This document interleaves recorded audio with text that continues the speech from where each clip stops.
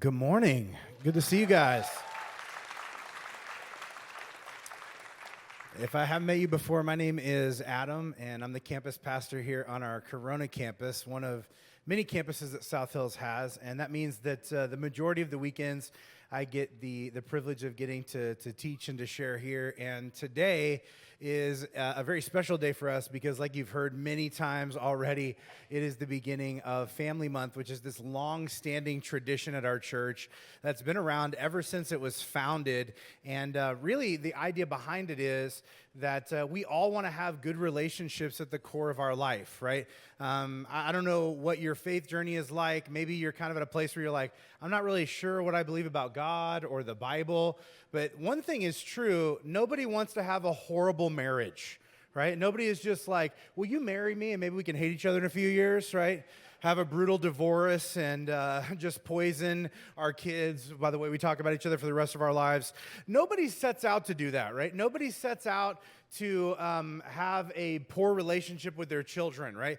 Nobody is just like, I hope we raise these kids and then they hate us later on, right? Nobody is trying to do this, but a lot of times we don't have the proper tools to be able to have the kind of relationships we want in the most intimate circles of our life. And so since the beginning of our church, we set aside a month every single year to just talk about and give really practical tools from Scripture about how to have better relationships in your family. And whether that is your immediate family, your family of origin, whether that is your church family or your chosen family, you want to be able to be the best family member that you can be. And so that's what this series is about. And we've created some tools to sort of help you do this outside of Sunday. And so on all of your chairs, there should be this brown card. It's green on the other side. If you can't find it, you might be sitting on it, or someone stole it from you, which, why? There's plenty of them, and they're free.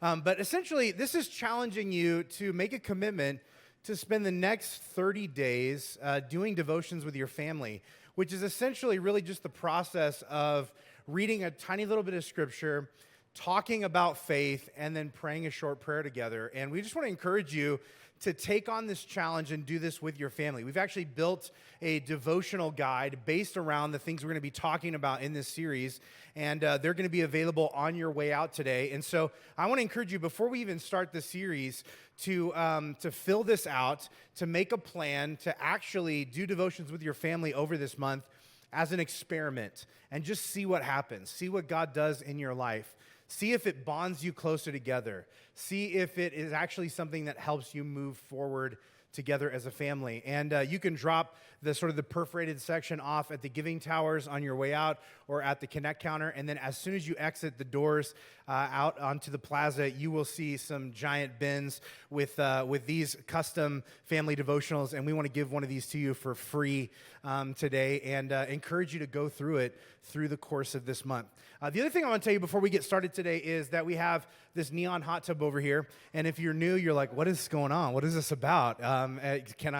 You can get in here, but just like, you got to get permission first. And normally we utilize it for baptisms. And in fact, we're going to be baptizing some folks at the end of our service here today. And it's one of our favorite things to do, to cheer for people who have made a decision to follow Jesus, to make him the Lord, the Savior, and the teacher of their life. And so we're going to be participating in this ancient tradition that we still practice today. But if you are in a place of faith where you've made a commitment to follow Jesus, but you have not yet gotten baptized, maybe today's your day.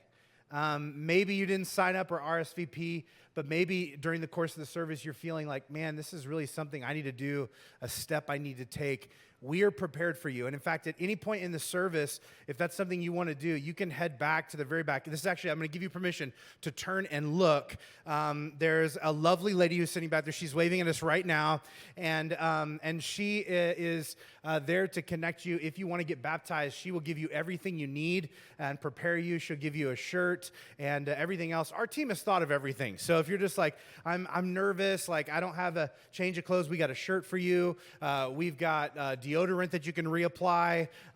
She's really great at doing people's hair. So, man, she can just fix you up afterwards. If you're just like, oh, I forgot to shave my legs, she's not going to shave your legs. Okay, so that's crazy. but they do have some razors. Okay, I'm just saying, whatever you need, whatever your excuse is, we got it covered because we want to celebrate with you today if today's your day and just remove those obstacles. So with all that said, we're going to jumpstart our Family Month series today called The Roster. And I want to encourage you to take some notes, write down something that seems interesting to you or challenging or uncomfortable, and something that you want to have a further conversation about later, because I think the conversation after a sermon is actually more valuable than the sermon itself. And so write down something that stands out to you. If you're taking notes, the title of my message today is Ocean's 11, Armor Bearers, and Elevator Buttons. Ocean's 11, Armor Bearers, and Elevator Buttons. How many of you really enjoyed the movie Ocean's 11? Anybody, any fans of the Ocean's 11 in here? And 12 and 13 and 15? I mean, there were so many of them. And my wife loves this movie because it's not just Ocean's 11. My wife will watch any movie with a heist in it. Does anybody else have a similar policy? You're just like, I just love heist movies, and she's all about it, which is funny to me because she is vehemently against stealing, but she loves a good coordinated burglary, right? She's all about it. She loves it when people band together and take on an impossible project and end up taking something in the end. And I think part of the thing that she likes about it is the recruiting of the team, getting the team together and putting them in place. There's always just okay, we can't do it by ourselves. We got to get a bunch of specialists. We need somebody that can pick a lock. We need an explosives expert. We need somebody who looks really good in a fake mustache. And they're collecting all these different people, and they put them all together, and oftentimes, they're quirky, they're weird, none of them are alike. A lot of them don't even like each other. There's infighting, but at the last possible moment, they're able to pull it all together and do this thing that without each other, they wouldn't have been able to pull off. And I think that's the thing she likes about it, not the thievery, but the teamwork. She loves that this thing couldn't be done, but because these people put their lives together and focused on something together, they were able to end up with this giant diamond or a pearl necklace or, Julia Roberts' hand in marriage or whatever the thing is that they're trying to achieve.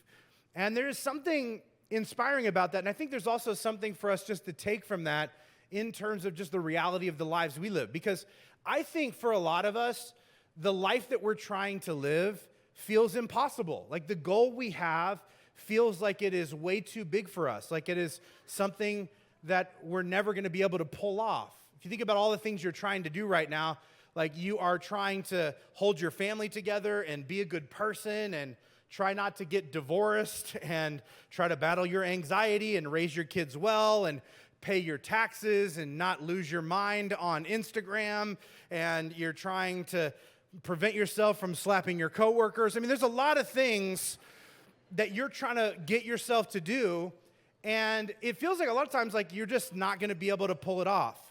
And I would actually tell you, I think if you're actually living your life to the full, everything that you ought to be doing, you cannot do by yourself. You are not made to live a life alone, and you are not made to get the most out of your life by yourself. When we look at these movies, Danny Ocean realizes he needs 11 people on a crew to be able to pull off what he needs to. Even Jesus was like, I think I'm going to need at least 12 guys to be able to pull off the stuff that I'm trying to do. Michael Jordan won every championship with 14 other guys minimum, okay? And you are not near as good as any of these people, okay?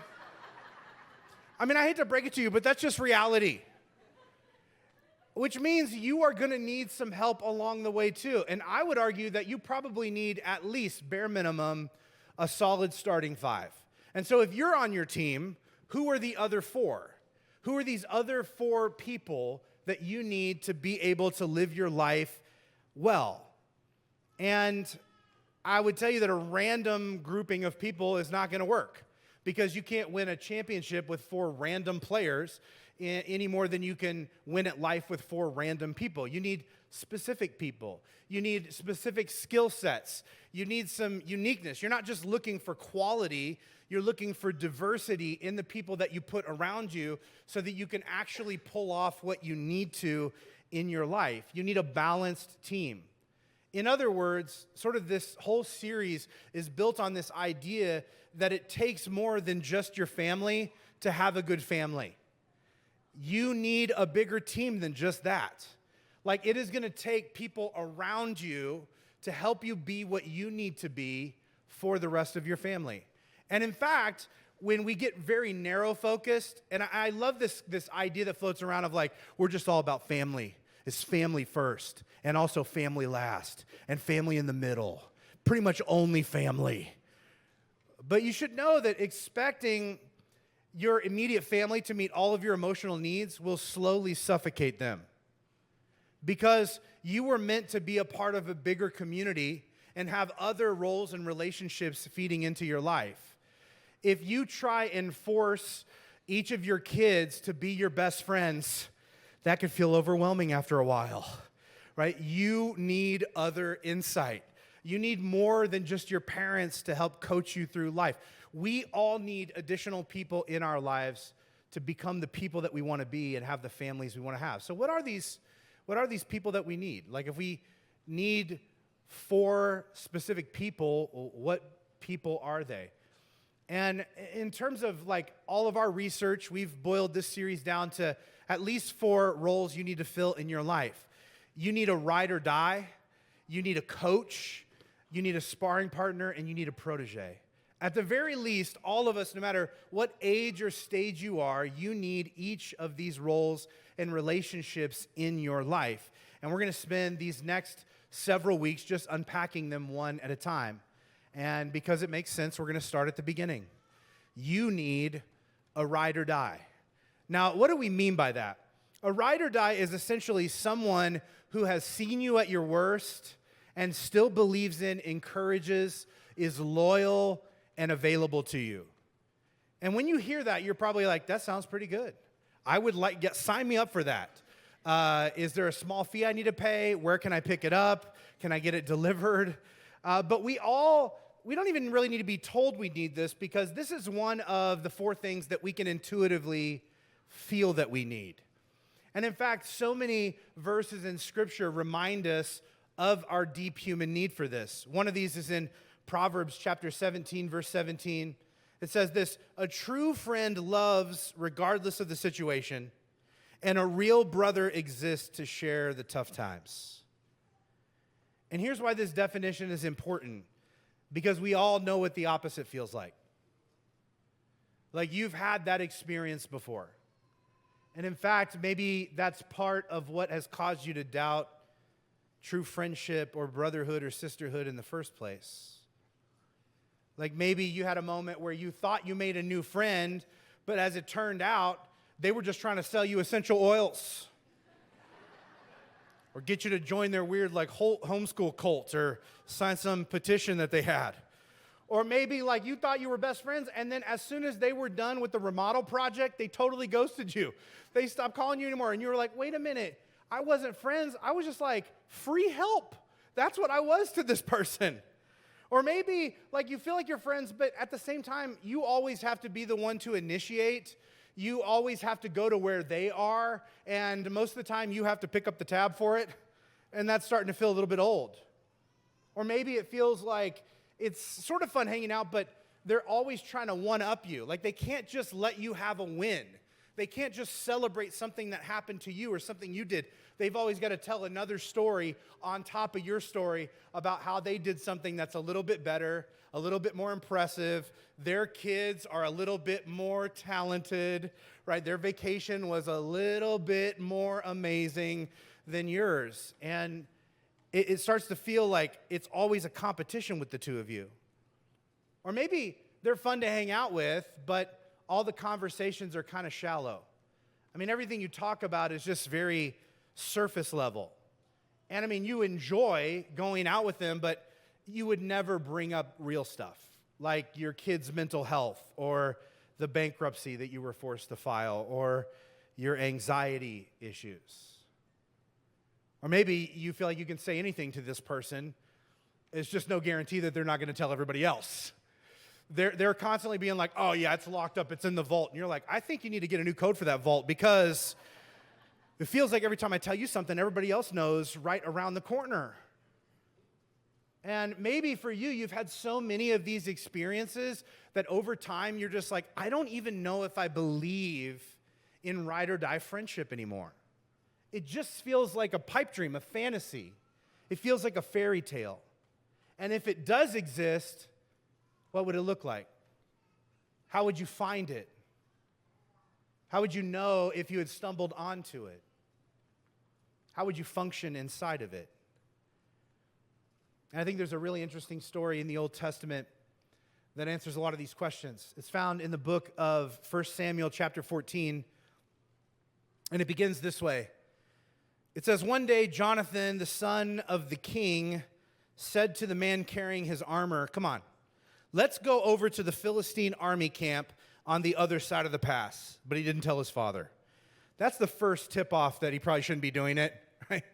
Anytime someone's like, this is what I'm going to do, I didn't tell anybody, especially the people in charge, but trust me on this one. There was a cliff on each side of the pass, and Jonathan said, "Let's go. Maybe the Lord will help us."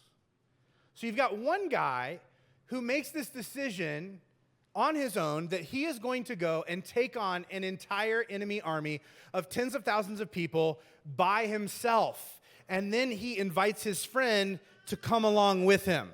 And if I'm the friend, not interested, okay? I mean, you seem great. The mission seems noble. I can tell you're really passionate. This is not a good plan, okay? I just need you to know this is a bad idea. And I'm not sure I want to support it. I want to support you, but not this. The odds of winning in a situation like this, even surviving, are so super low. And your big convincing line to me was, maybe God will help us. I'm going to need more than a maybe. Like, I'm going to need something a little bit more concrete. But this guy doesn't say any of that. Instead, he says this. He says, "Go ahead, do everything you have in mind. I'm with you all the way." Another translation phrases it this way: "I'm with you, heart and soul." There's something beautiful about that. And I think part of what captures my attention about it is that's not at all how our culture really functions. When was the last time somebody looked you in the eye and was like, "I'm with you, heart and soul," and you weren't actually like getting married to them at that moment, right? Just a random person. Not random, but like you have a relationship, somebody else in your life. Like, it's very rare. In fact, in California, it's more like, listen, I might be with you, possibly, depending on what day it is, later, half-heartedly, as long as nothing else comes up, and if it's not too hot outside, and you do everything the way I want it done. Are there going to be tacos? You know what? Put me down for a maybe. That's a firm maybe, but don't count on me. That's kind of the way we do it. But that's not what we want. I mean, even though that's what maybe you're used to getting, maybe that's even what you're used to giving, it's not what you want. I would argue that we want people that we can be vulnerable and transparent with, who will regularly show up when we need them, who will willingly inconvenience themselves on our behalf and sacrifice for our success, who will constantly encourage us and build our confidence, who will tell us that we can do it when we are discouraged and we doubt ourselves, and they ensure us constantly that no matter what we do, they're going to be there with us every single step of the way. We want somebody that we can share big news with when we get it, whether it is good or bad. Somebody who will insist that you tell them what's actually going on when you lie to them and are like, "Yeah, I'm fine." And they're like, "Okay, but how are you really?" We want that person who is going to willingly, they don't even think twice about loaning you a sweater or a drill or a security deposit, and then they act insulted when you try and pay them back. Someone who won't judge you when they see if you want to hang out and you show up with bedhead and like pants that haven't been washed in a while, sweatpants with the ones that are worn thin with like the weird stains all over them, and they're just like, "Yeah, that's totally cool with me." You want somebody who is going to brag about you behind your back when you're not around. Somebody who would take a bullet for you, who would hide a body with you, who would fly across the country at a moment's notice for you, who would take your 2 a.m. call to talk you down from a depression that took you off guard. Isn't this what you want? I know it's what you want, and the reason I know it's because it's what I want. It's what we all want. We want someone in life who's like, I am with you, heart and soul. And this is why we deeply desire a ride or die in our life, because without a ride or die, you won't know what it feels like to be accepted for who you are no matter what. And I think it's tempting to look at this story and think like, well, yeah, I mean, I wish I had an armor bearer who would do all that stuff for me. But what if the idea behind this story isn't that you are Jonathan in need of an armor bearer, but that you are an armor bearer in need of a Jonathan? We have this saying that we go over in our Discover class. We say that everything that you were desperate to get from someone else, you were designed to give to someone else. That we are communal creatures. In other words, the best way to have a ride or die is to be a ride or die. Maybe that means it's time for you to take initiative and to give what it is you want to get. And I think this is the best way to describe Jonathan's armor bearer in this story, because he is all in. He's a ride or die. And because Jonathan knows this about him, he tells him the rest of the plan. Part 1, he's like, let's go over there. And he's like, I'm with you, heart and soul. And then he's like, good, here's the rest of the plan. I hope you're ready for this. Verse 8, come on. Let's go let the Philistine army see us. This is so dumb. And if they say, wait there, we'll come to you, we'll stay where we are. But if they say, come up here, we'll climb up, because the Lord has handed them over to us. To which I would reply, did God tell you this plan? Or is this just something that you came up with? Respectfully, but it just sounds ridiculous. Like, wow. I mean, if it's God, then, that's awesome. But, like, if it's you, like, I don't know, we should maybe just do a little bit more brainstorming. But this guy doesn't seem fazed by part 2 of the plan, which is stupider than part 1 of the plan. He dives in deep. In fact, it says this in verse 13, using his hands and feet, Jonathan climbed up, his armor bearer right behind him. And I can only imagine that it looked like this. How could it not? Why wouldn't you want to wear a mask like this? So these two guys are climbing up the cliffs of insanity together, one after another, hand and feet. You ever wonder, like, why do we need the details that they were using their hands and feet? Like, what else would you use, right? But what this is telling us is that these two people are both in this together, that they're fully committed, that every part of them is committed to each other and to the task at hand. And they were also vulnerable and exposed and outnumbered. They're most certainly going to die. But that's the point of their relationship. We ride or die. And this is what this makes me wonder. Like, again, I think a lot of times we think of these extreme situations, but let's back it off just a little bit. Like, if you're honest about your own life, how often do you go out of your way and willingly exhaust yourself to be there for and help out a friend? Like, how long do you set aside your schedule, your agenda, like what you feel like doing, to just heart and soul, hands and feet, go all in for somebody else? Like, even though their current obsession really doesn't make much sense to you, and it's going to take a lot of time, and it's going to cost you some money you didn't want to spend, and you have a list of all your own to-do lists that you haven't even got started on yet, but like you show up and you do it anyway. I think this is why a lot of us don't have a lot of close friends. Here's the reason why. It's really inconvenient. Have you noticed this? Having a really good friend is inconvenient, and not just for you, for them too. Because a ride or die friendship requires an all-in investment from both people. It's a two-way street. And this means that there are going to be moments where you're going to have to drop everything for them, and they're going to drop everything for you. And that is inconvenient and frustrating at times.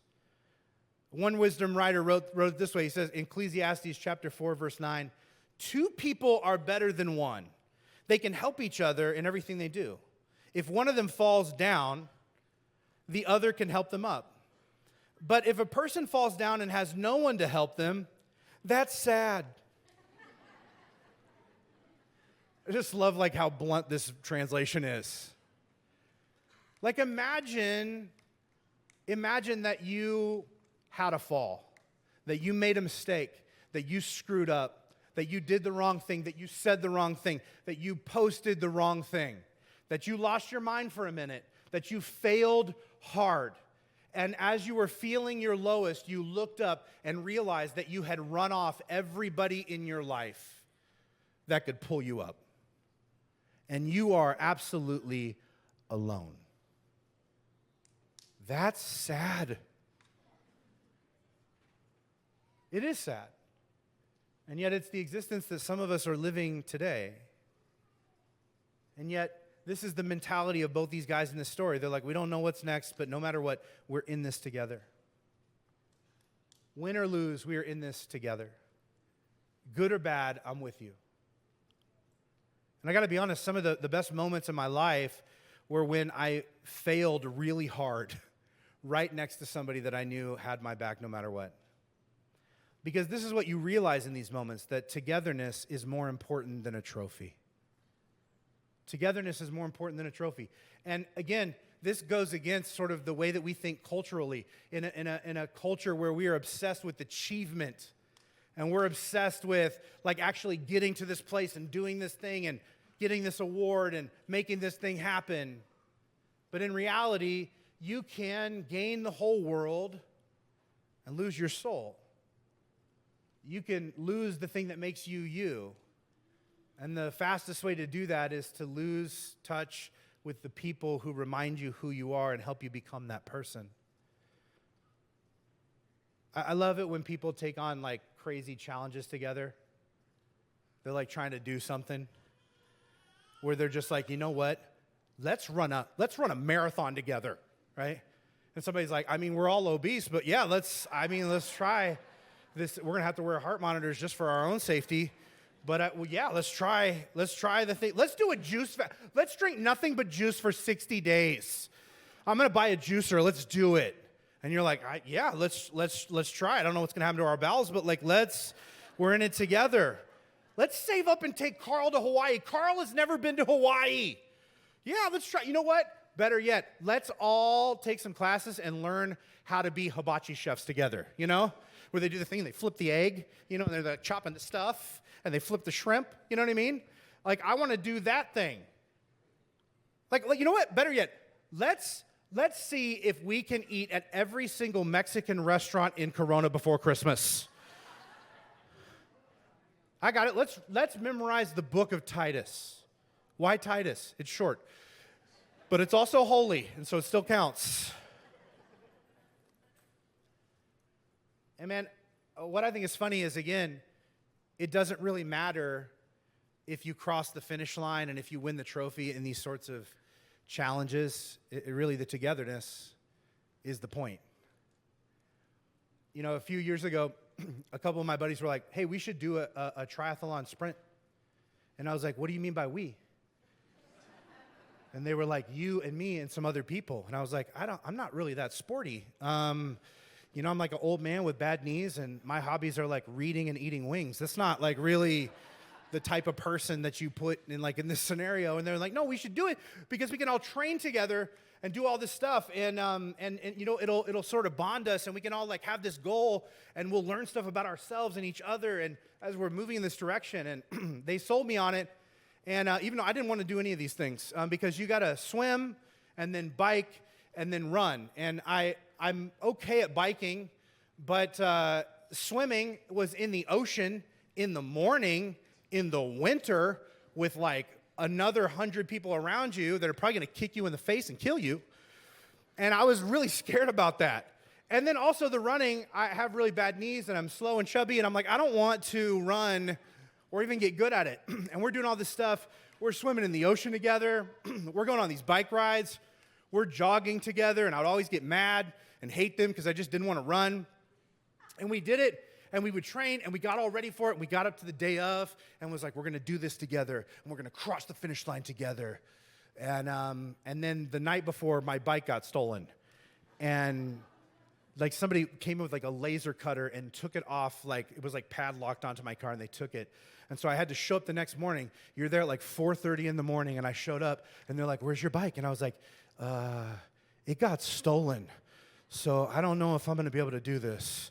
Which part of me was just like, oh, and part of me was like, because it's like, I mean, it's a triathlon. It's like a lot of work.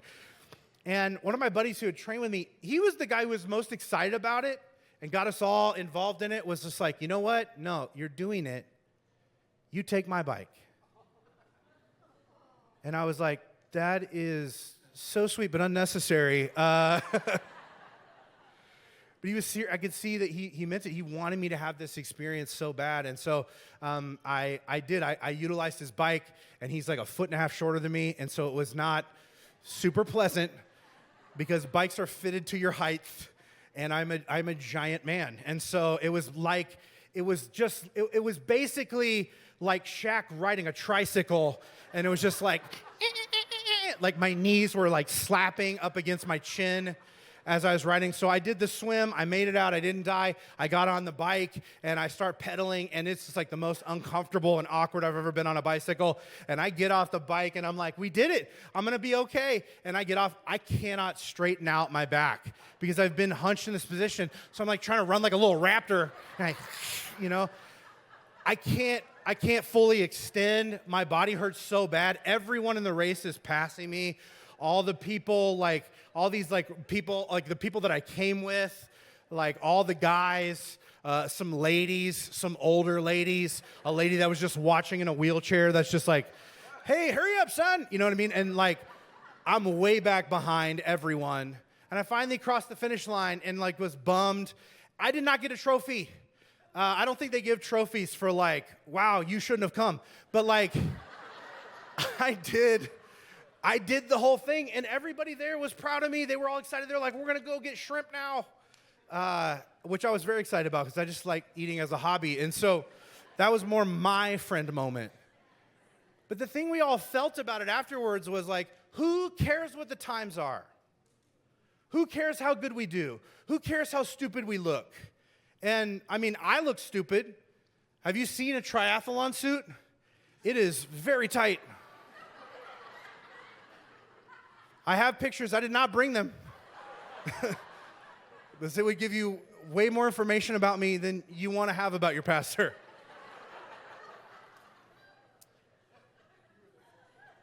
But I still, to this day, I feel bonded to those people because of this thing that we did together. Man, if you really want to bond together with people and go deeper in your relationship, take on a challenge. Because there's something about it that changes us. And it's not even about the thing that you do. It's about all the time and effort and energy that you put into that thing to show up and struggle alongside each other and fumble and fail and look stupid together. The goal is great, but the point is the process. The project is always less important than the people.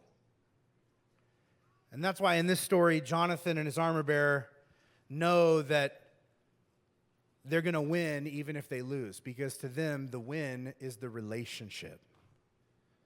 And honestly, they don't expect to win this battle.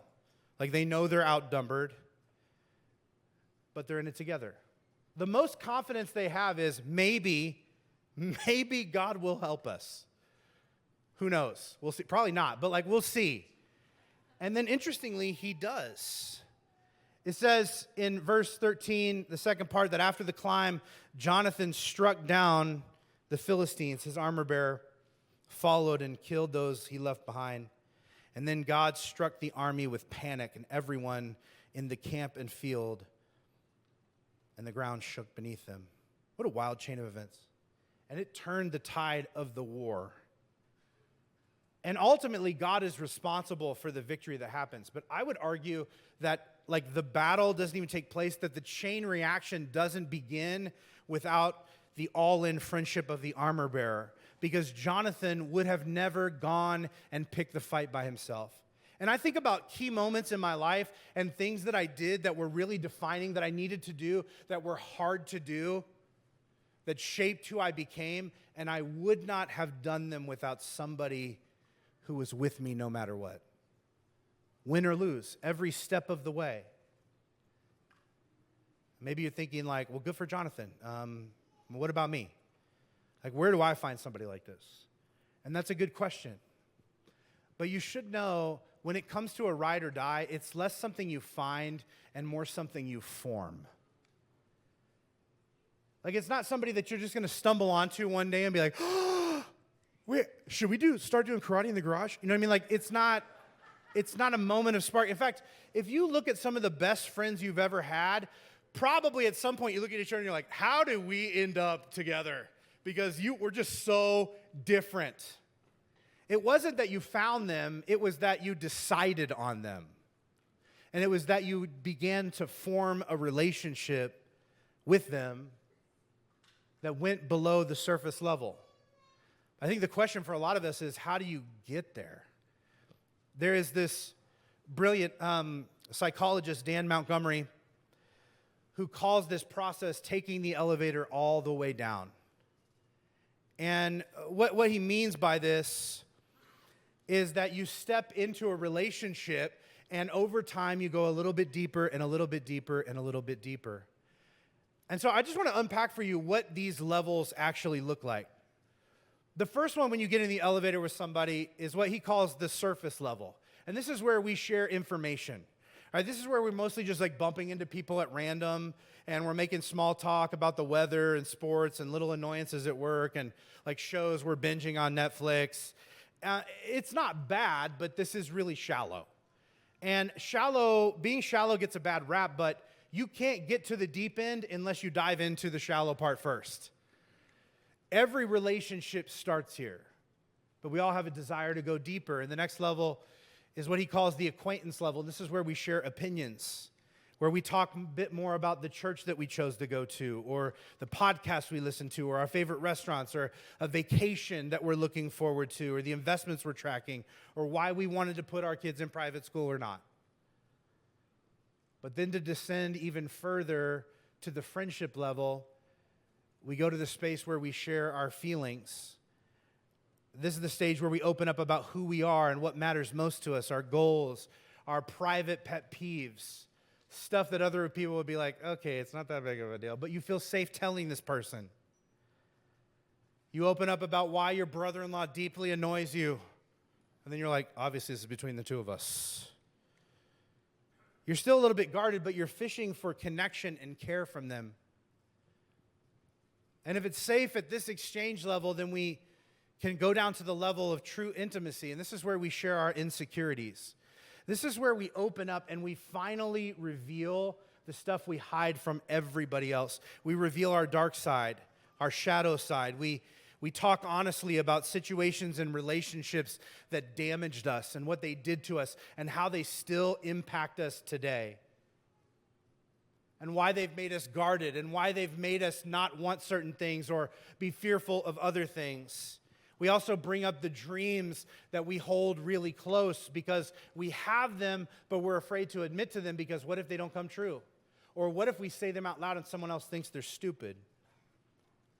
But at this level, the trust is so strong that we can go there with them and not feel panicked afterwards about what they're going to do with it. And it takes time to go from level to level, and it should. Like if you got in the relational elevator with someone and they immediately pushed number 4 while making creepy eye contact with you the whole time, that's a red flag. When someone tries to rush you through the stages of intimacy, like there is something off there. At the same time, you should know that not everybody else can go deeper with you. Some people just don't have the capacity.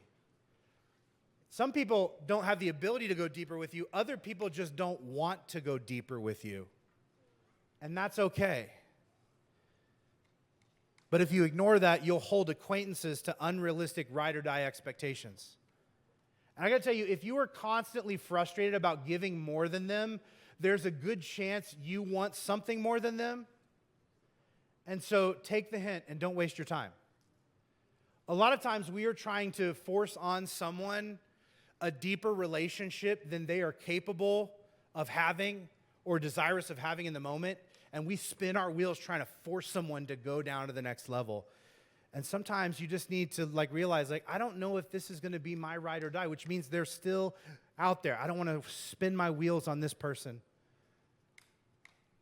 I could be out there building relationships with somebody else who can go with me where I want to go with them. So here's your homework. I want this week for you to determine to be someone's ride or die. And to make it clear that you're with them heart and soul.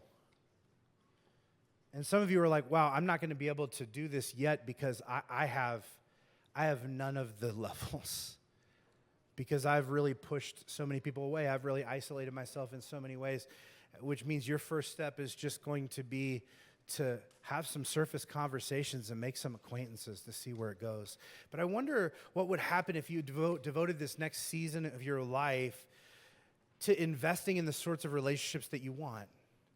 Like if you opened yourself up to more acquaintances to find more friends. If you had the courage to take the elevator down one level with somebody that you already have an existing connection with to see what would happen. And I know there's part of you that feels like it's dangerous, but Scripture tells us to take courage, that we have the ability to find these kinds of friendships and be these kinds of friends to other people because Jesus is this kind of friend to you. And Jesus offers to you a ride or die relationship to strengthen you, to be able to gift that to the people around you and receive it back from some of them. That deep desire that you have for close, connected friendship is not an accident. At the same time, God does not give you a deep desire He does not have an intention of fulfilling. But unfortunately, all of this will require you to leave your house on occasion and to go out into the world where people are and put down your phone and get in the elevator with somebody else and see what happens. And I get that it makes you nervous, and that's understandable. And to a certain extent, it should make you a little bit nervous. That's what tells you it's important. But every meaningful relationship starts with a little bit of risk. But the right ones are worth it. And that's what I want to encourage you towards this week, because to be the person that you want to be in your family is going to require you to have a ride or die you can lean on outside your family, who is there with you and can encourage you and have your back no matter what is going on inside your home. And I want to pray this into your life today. Would you bow your heads with me around this room? Father, I thank you so much for your love, grace, and mercy in each of our lives. We thank you for the breath in our lungs, for the life that we have, for the family that we've been given. God, we were all born into an environment with relationships we did not choose. And yet, God, we want to make the most of them, even the ones that we wouldn't have chosen. God, I pray that over these next few weeks that you would open our eyes to the sorts of relationships that we need to invest in order to be who you've made us to be and to be everything that we need to be for our family. God, I pray that we would be willing to take the risks and do the work to lean into relationships on a new level. God, that we would take the elevator all the way down with a couple people in our lives. And God, that we would find the kind of closeness and connection that we are so desperate for. God, may you lead us every step of the way. May you illuminate to us the people that we need to maybe walk away from and those that we need to pursue even deeper.